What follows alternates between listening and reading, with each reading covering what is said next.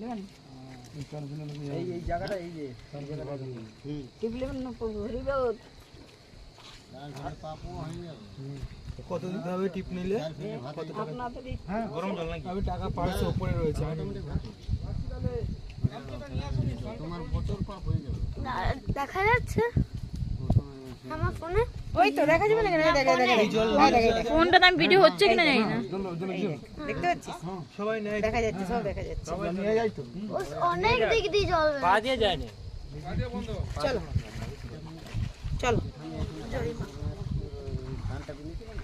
এখানে কি হয় কি?